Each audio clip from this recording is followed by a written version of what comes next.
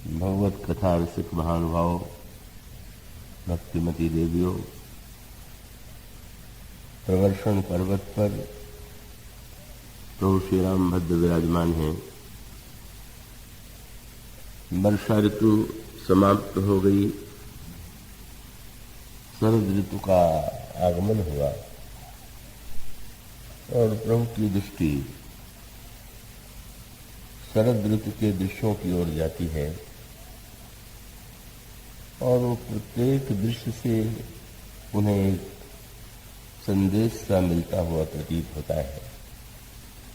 और तब प्रभु लक्ष्मण जी को वे संदेश जो प्रकृति के माध्यम से उनके अंतःकरण में प्रस्फुटित हुए उसे सुनाते हैं। भगवान श्री राम ने लक्ष्मण जी को संबोधित करते हुए कहा, लक्ष्मण, तुम सरिता और सरोवर के जो जल हैं उन पर दृष्टि डालो। यही जल वर्षा ऋतु में भी था और वही जल आज है, और एक बहुत बड़ा अंतर था। वर्षा ऋतु में जल होते हुए भी उसमें मलिनता थी, गंदगी थी, और आज जो सरोवर हैं, जो नदियां हैं, उनका जल एकदम स्वच्छ हो गया। और तब उन्होंने तुलना की उसकी संत के हृदय से। उन्होंने कहा, जैसे संत का हृदय मद मोह से शून्य होकर के निर्मल होता है, तो उसी प्रकार से यह नदियों का और सरोवरों का जल यह संकेत देता है कि हमारे अंतःकरण में जब तक मद और मोह की वृत्तियां हैं, तब तक वो हमारे जीवन में मलिनता स्वाभाविक है। और जब इन वृत्तियों से हम अपने को मुक्त कर लेते हैं तो हमारा अंतःकरण निर्मल हो जाता है। ये यूं कह सकते हैं कि शरद वर्णन का जो, अगर ये कहा जाए कि शरद वर्णन क्या जो मुख्य शब्द है, केंद्र है, वह क्या है, तो उसका एक ही उत्तर है और वो इसी से समझ में आता है कि भगवान राम ने शरद ऋतु को एक और नाम दिया।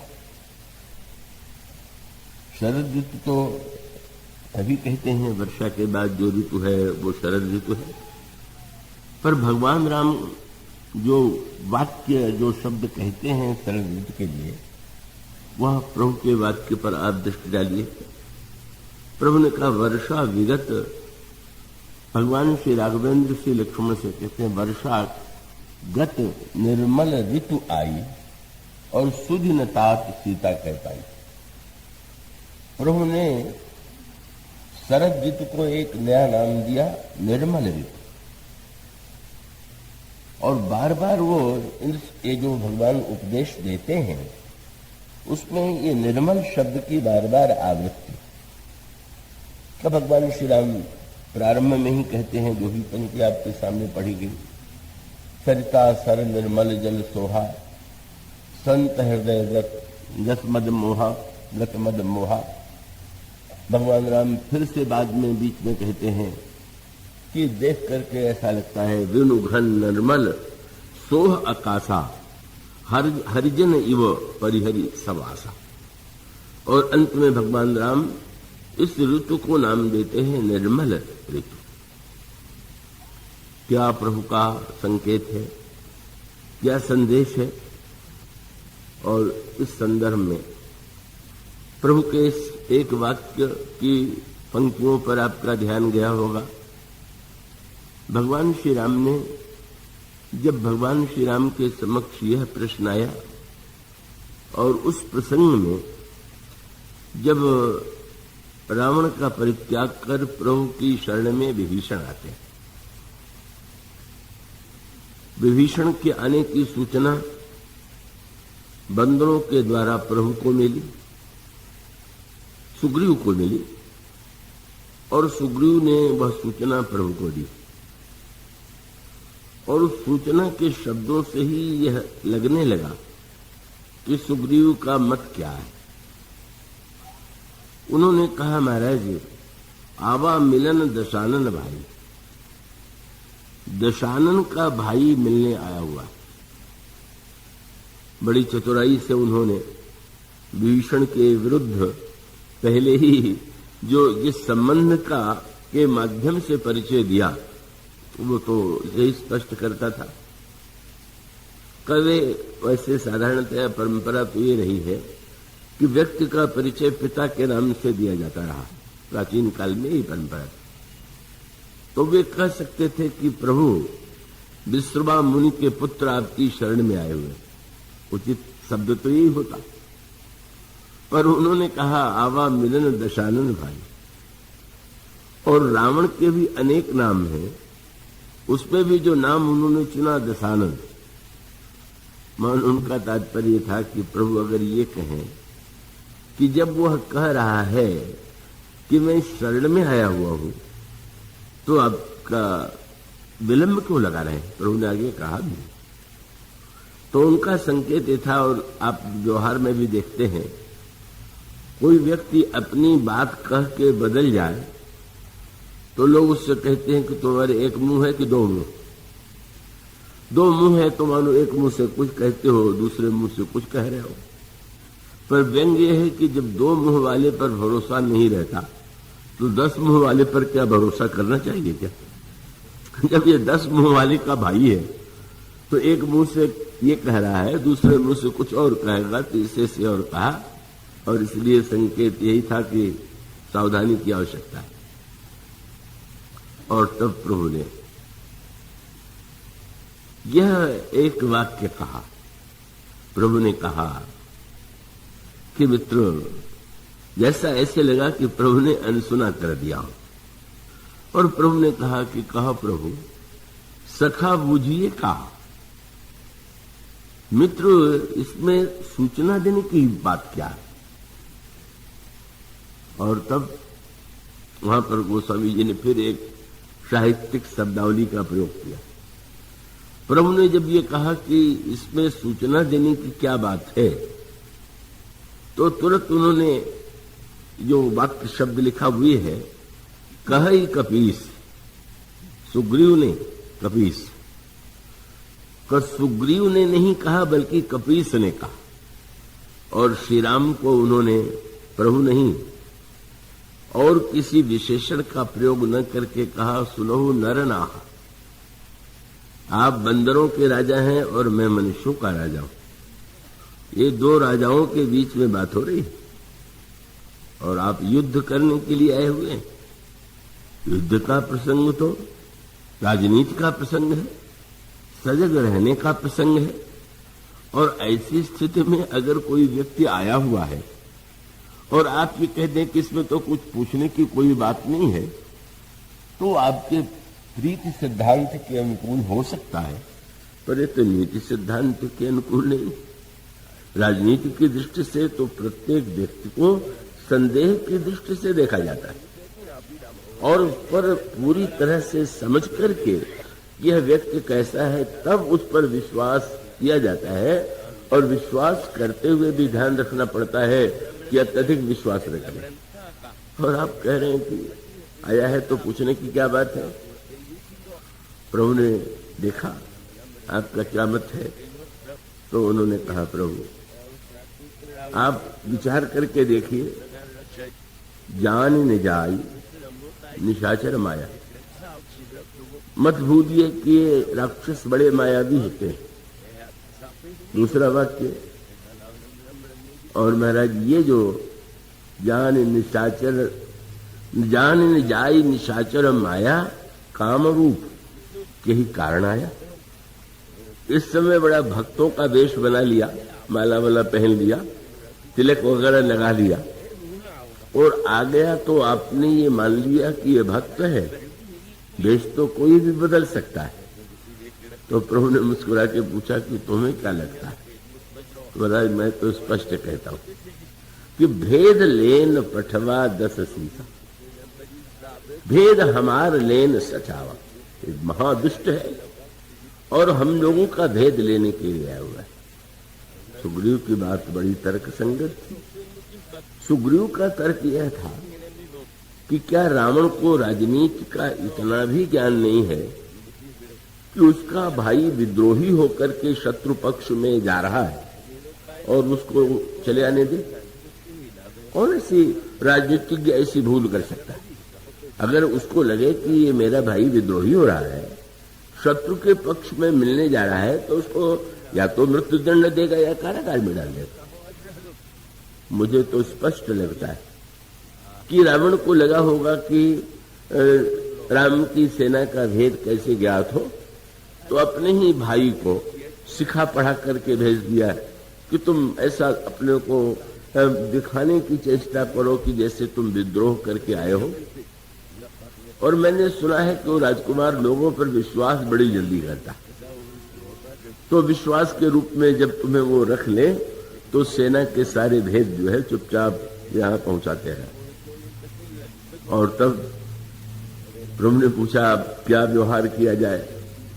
तो उन्होंने यही कहा कि महाराज तो इसलिए भेद लेन हम भेद हमार लेन सठ आवा राखिए बाण मोहिय स्वभाव। इसको बंदी करना, मैं नहीं कहूंगा कि मृत्युदंड दे देना चाहिए, लेकिन इसको बंदी बना करके तो रख ही लेना चाहिए। बड़ा लंबा संवाद है, बहुत सुंदर है। प्रभु ने तुरंत वो जो वचन रचना की कुशलता है, आप ध्यान रखिएगा।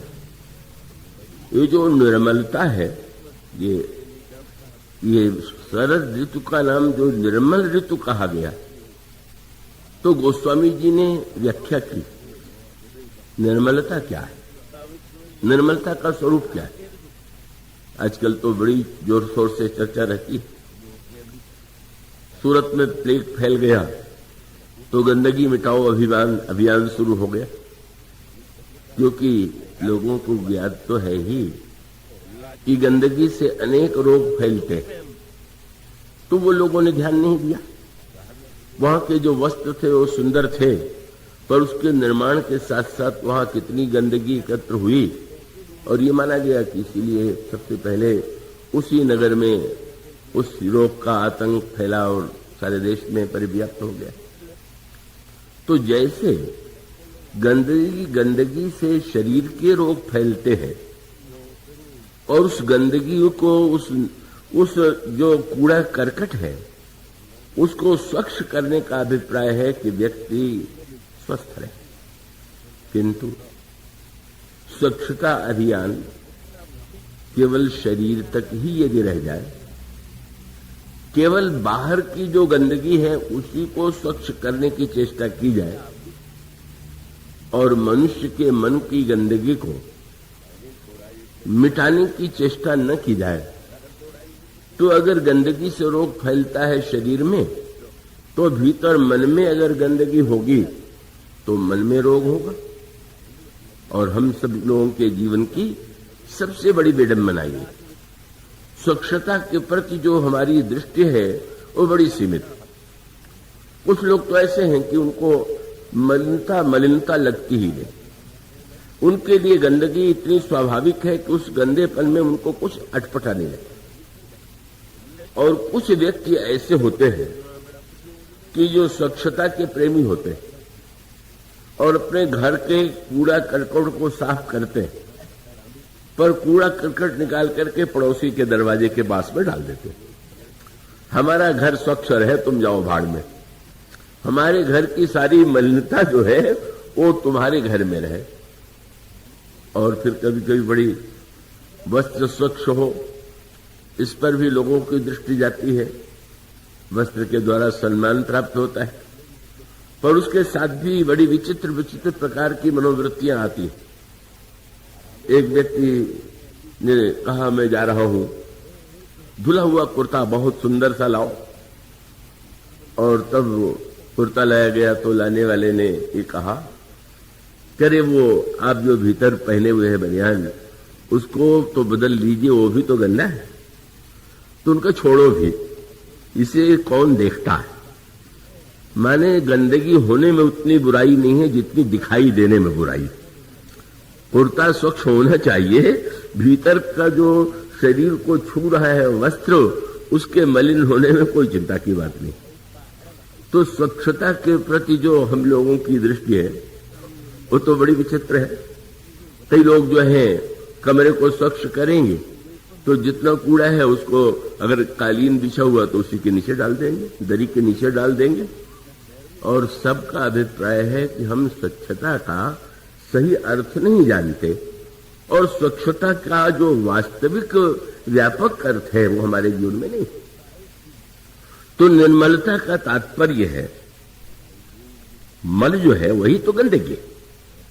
जब पूरी तरह से स्वच्छता हो जाए, केवल शहर में नहीं, घर में ही नहीं, केवल बाहर नहीं, भीतर भी। और वो मल तो इतना लंबा चौड़ा, कल गंदगी इतनी बड़ी कि गोस्वामी जी ने इस मल की व्याख्या की। भगवान राम जब इस शब्द का प्रयोग करते हैं बार बार, निर्मल निर्मल निर्मल, तो उसके पीछे गोस्वामी जी से पूछा गया, ये निर्मल का अर्थ क्या है? किस गंदगी को, किस मल को नष्ट करना है? और तब गोस्वामी जी ने कहा, कितने मलों को मैं गिनाऊं, और विनय पत्रिका में उन्होंने गिनाना प्रारंभ किया। प्रारंभ उसी शब्द से जिसकी चर्चा पिछले 2-3 दिनों में आपके सामने की गई, मोह। ये सत्य, ये शब्द जो है इतना महत्व का है। और मोह का अर्थ अज्ञान नहीं, अज्ञान का अर्थ है न जानना, और ज्ञान का अर्थ है जानना। पर मोह का अर्थ है जानते हुए भी ठीक उससे उल्टा व्यवहार करना, उल्टा आचरण करना। और सही बात तो यह है कि मनुष्य के बाहर और भीतर जितने मल हैं उसके मूल में यही मोह है। इसलिए विनय पत्रिका का पद का शब्द पहला है, मोह जनित मल लाग विविध विधि कोटिहु जतन न जाई। मोह जनित जो मल है वो इतना अधिक एकत्र हो गया है कि इतना प्रयत्न करने पर भी वो नष्ट नहीं होता। क्यों महाराज? तो उन्होंने बड़ी अनोखी बात कही कि अगर जो मल को देखें तो गोस्वामी जी ने दूसरा सूत्र लिखा। क्या? जैसे कभी कभी ऐसा होता है कि हमारे आपके बोलने में कोई एक अक्षर शब्द बार बार निकलता रहता है अनावश्यक। अब वो व्यक्ति ये जानता है कि ये शब्द सही नहीं। कई लोगों का अभ्यास होता है, बैठे हैं तो नाखून को ही मुख में डाल करके कुतर रहे।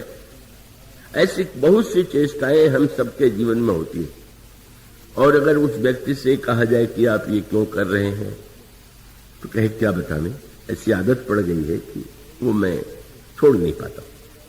तो गोस्वामी जी ने कहा कि जब एक जन्म की आदत छूटना कठिन है तो ये मल जो है इसी जन्म का नहीं है, जन्म जन्म अभ्यास निरत चित और अधिक अधिक लपटाई। जन्म जन्मांतर से मल लेकर के आया। और फिर उन्होंने कहा कि यहां स्थिति क्या है, पर निंदा सुन। गोस्वामी जी अब मल की व्याख्या कर रहे हैं।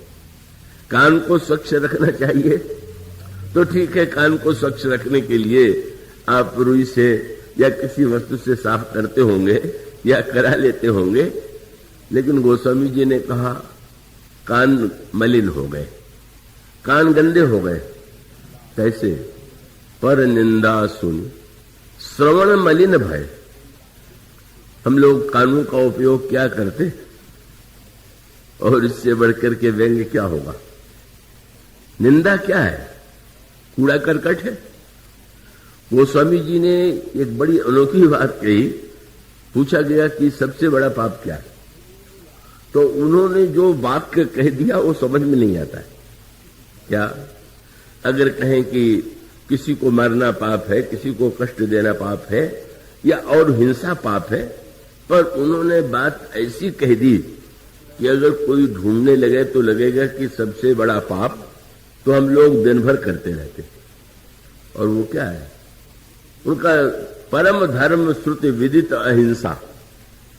अहिंसा से बढ़कर के कोई धर्म नहीं। तो ये बात तो समझ में आती। पर पाप सबसे बड़ा कौन है? बोले पर निंदा सम अघन हिंसा। दूसरे की निंदा से बढ़कर के कोई पाप नहीं। व्यक्ति को समझ में नहीं आता।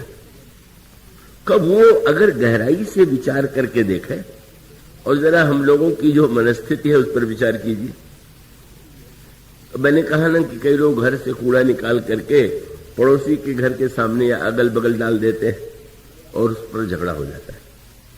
कोई व्यक्ति आप अपने घर का मैला आपके घर के सामने डाल दे तो आप विरट पड़ते हैं, झगड़ा हो जाता है।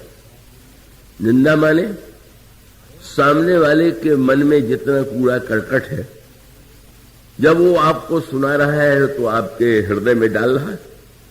और हम लोग कितने उदार हो जाते हैं, कान खोल के कहते और डालो और डालो। हाँ, जरा गहराई से बताओ, बारीकी से बताओ, कब हुआ, कैसे हुआ, किसने किया। कैसी उल्टी बात है।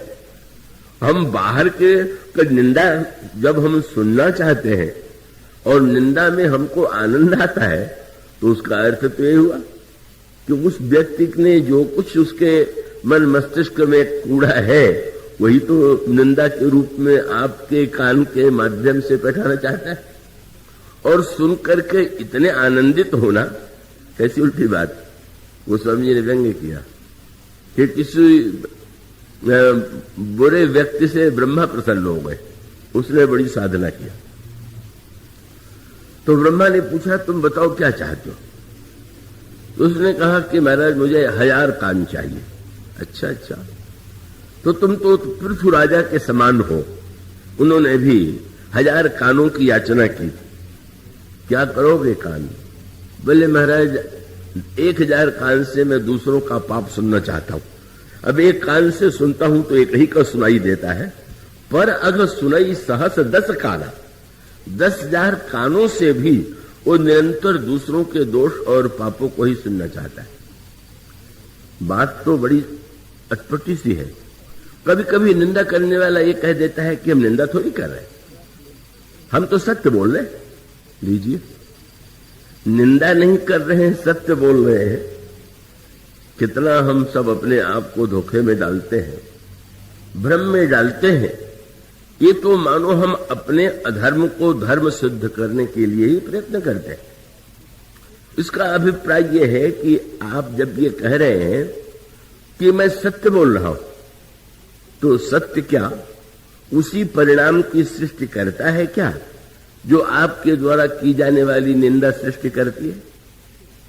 और उसका सीधा सा तात्पर्य कि अगर निंदा सुन करके जिसने सुना उसको लाभ हो जाए, उसके अंतःकरण में श्रेष्ठ सद्भाव का उदय हो, तो आपने बहुत अच्छा सत्य बोला। पर अगर आपकी निंदा से उसके हृदय में या तो दूसरे के प्रति ईर्ष्या उत्पन्न हो गई, द्वेष उत्पन्न हो गया, घृणा उत्पन्न हो गई, और स्वयं आपके अंतर्मन में भी उसी दोष का चिंतन हुआ, तो ये तो सत्य के नाम पर कलंक है, यह सत्य नहीं। इसीलिए मानो शास्त्री कहते हैं कि सत्य के माध्यम से का वो सत्यवादी तो रामायण में सबसे बड़ी मंथरा थी। वो बात बात में सत्य की दुहाई देती थी। कैकेयी जी ने जब प्रारंभ में मंथरा की बात सुन के फटकार दिया और ये कह दिया कि तू घर को फोड़ना चाहती, घर में झगड़ा लगाना चाहती, अरे पुनिया से कबहू कहां से घर फोड़ी, तो धरी जीभ कढ़ावो तोड़ी, तेरी मैं जीभ कटवा दूंगी।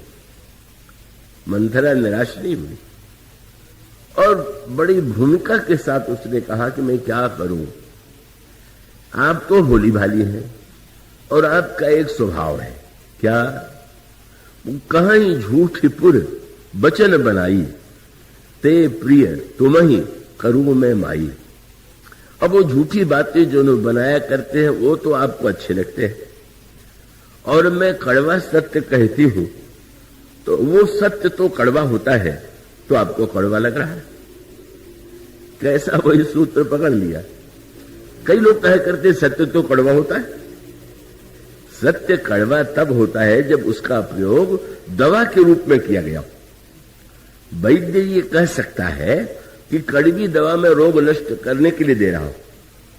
कोई किसी को कड़वापन बलात् उसके मुख में बैठा करके उसको कह करा दे, कोई गंदी वस्तु किसी को मुंह में डाल देंगे तो उसको कह हो जाएगी कि नहीं। तो एक मंथरा ने यही कहा कि मैं तो सत्य बोलती हूं, मैं तो केवल कहूं, बस मैं क्या करूं। मेरा तो स्वभाव यह है कि मैं अनभल देखने जाए तुम्हारा बुरा मुझसे देखा नहीं जाता। मैं झूठ बोल नहीं पाती, झूठे लोग तुम्हें पसंद आ जाते हैं। और फिर मंथरा के सत्य ने जो कुछ किया वो कितना भयानक था।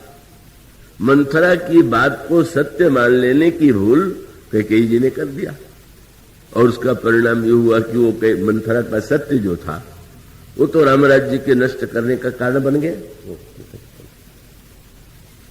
तो राम राज्य को नष्ट कर देता है वो सत्य, और वह सत्य जिसकी दुहाई कैकेयी जी ने दिया। कैकेयी महाराज दशरथ से यही कहती है कि आप तो बड़े सत्यवादी हैं, और आप यदि सत्यवादी हैं तो सत्य की रक्षा करने के लिए यदि आप राम को बन देंगे और भरत को राज्य देंगे तो इसमें सत्य की रक्षा होगी।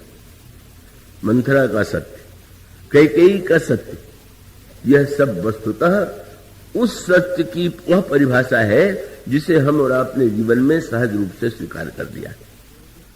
सत्य जो है कभी कड़वा न हो ऐसी कोई बात नहीं, लेकिन उसका मूल सूत्र यही है कि जो व्यक्ति कह रहा है उसके मन में रंच मात्र सामने वाले के प्रति द्वेष न, विरोध न, हित बुद्धि हो, और वो हित बुद्धि भी ऐसी हो कि जो सामने वाले को परिवर्तित कर सके।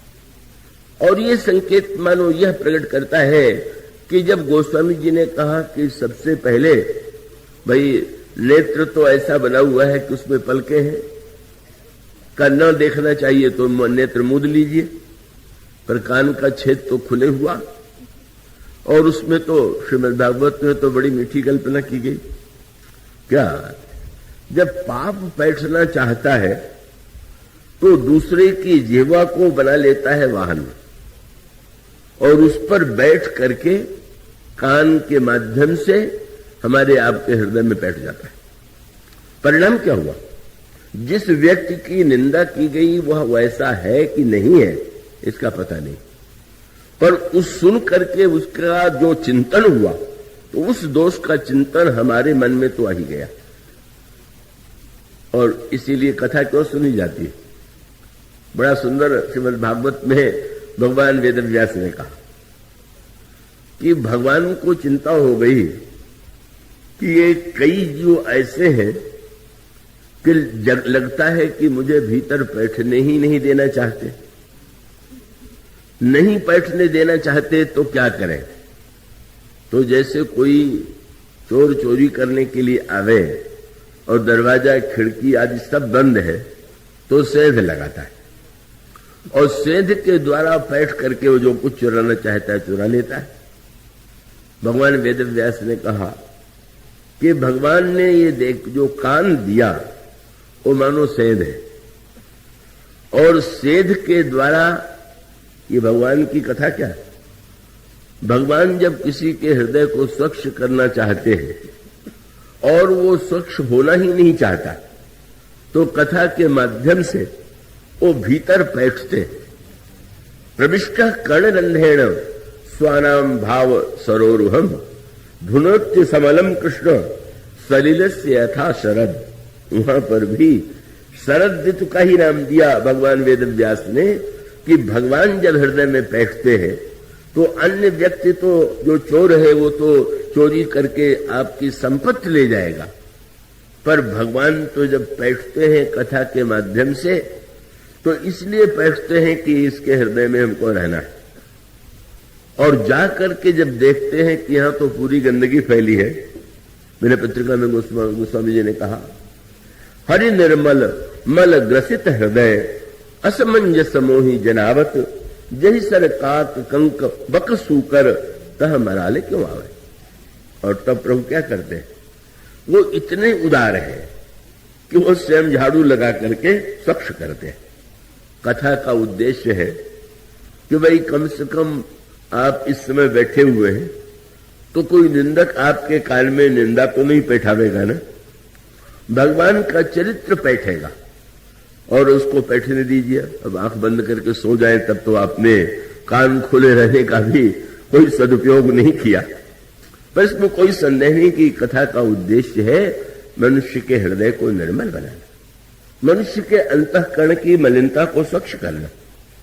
अगर इस बात को जान ले तो ये मानो पहला सूत्र दिया विनय पत्रिका में गोस्वामी जी ने, हम लोग तो निरंतर कान को दूसरों की निंदा के श्रवण से ही मलिन करते जा रहे हैं।